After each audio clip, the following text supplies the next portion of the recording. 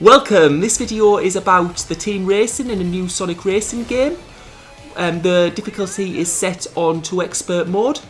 Now, in team races, 3 drivers make up each team, and at the end of the race, the points from each driver are added together to give the team a total score. Even if you win the race yourself, if your teammates let you down, then the team will lose. Therefore, in team races, it's very important that all teammates finish high up. There's a number of elements which are unique to the team races. One of those elements is what you could see there, is you can see the yellow tracks coming from behind your allies' cars. One way in order to help win races is if you can stay in a slipstream for long enough, you get a boost, and your teammates can also get a boost from your car if they can stay in your slipstream long enough. Another way in order to help teammates is to hand over wisps. If you press circle, you can exchange wisps between players. So if you're first and your teammates are further behind and struggling, you can just hand over a wisp and hopefully they'll gain some places. There's also finally the special move that'll give you a good boost, and you can see it in action now. Right, so that's the first race over. We finished first, second and fourth, so we'll have won that round. Now on to the second round. One important thing is to keep using the team abilities during races as much as possible. If you want to be able to use your special boost, then there's a meter you need to fill up during the race. The meter fills up whenever your team uses a special team ability. This could be the skim boost when you slipstream the car in front, as I'm going to try and do now. Or it could be from exchanging boxes and wisps. This is really important, unless you of course want the other teams to whiz by you at the end when they use their special ability. Another thing which you need to consider is when do you want to use your special move. Now, this is personal preference. There may be a certain part of the course that you don't like, where you want to use it. Me personally, I like to use it at the end of the race. This is just so nothing can go wrong at the last minute if someone's going to hit me with an eagle or whiz past me if they use their special move, so you'll see me use it here. Yeah, this is quite a tricky part of the course as well. And I'll get through here. And then I'm almost to the finish. And again, it looks good for the team. First, second and third, if we can just hold that. And that's the second round, so we should be well in the lead now. On to the third round.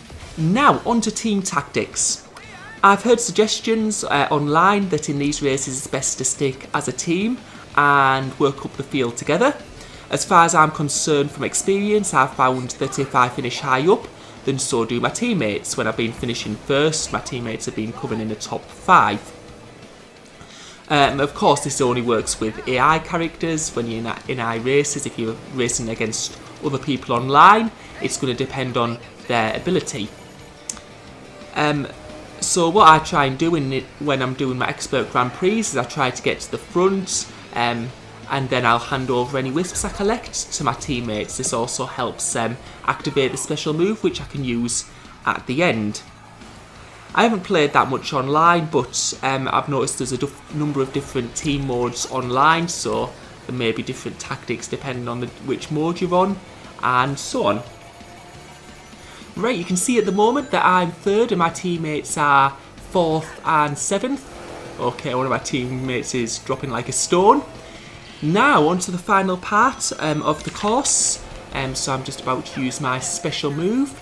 Oh, and you can see that person just getting past me there. Another team's using their special move, and that's why I leave it at the end, so teammates don't, other teams don't use it at the end and just jump on me right at the finish.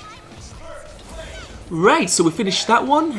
Let's see where we've finished. So first, third and fifth, not bad. That means we'll definitely win that round as well.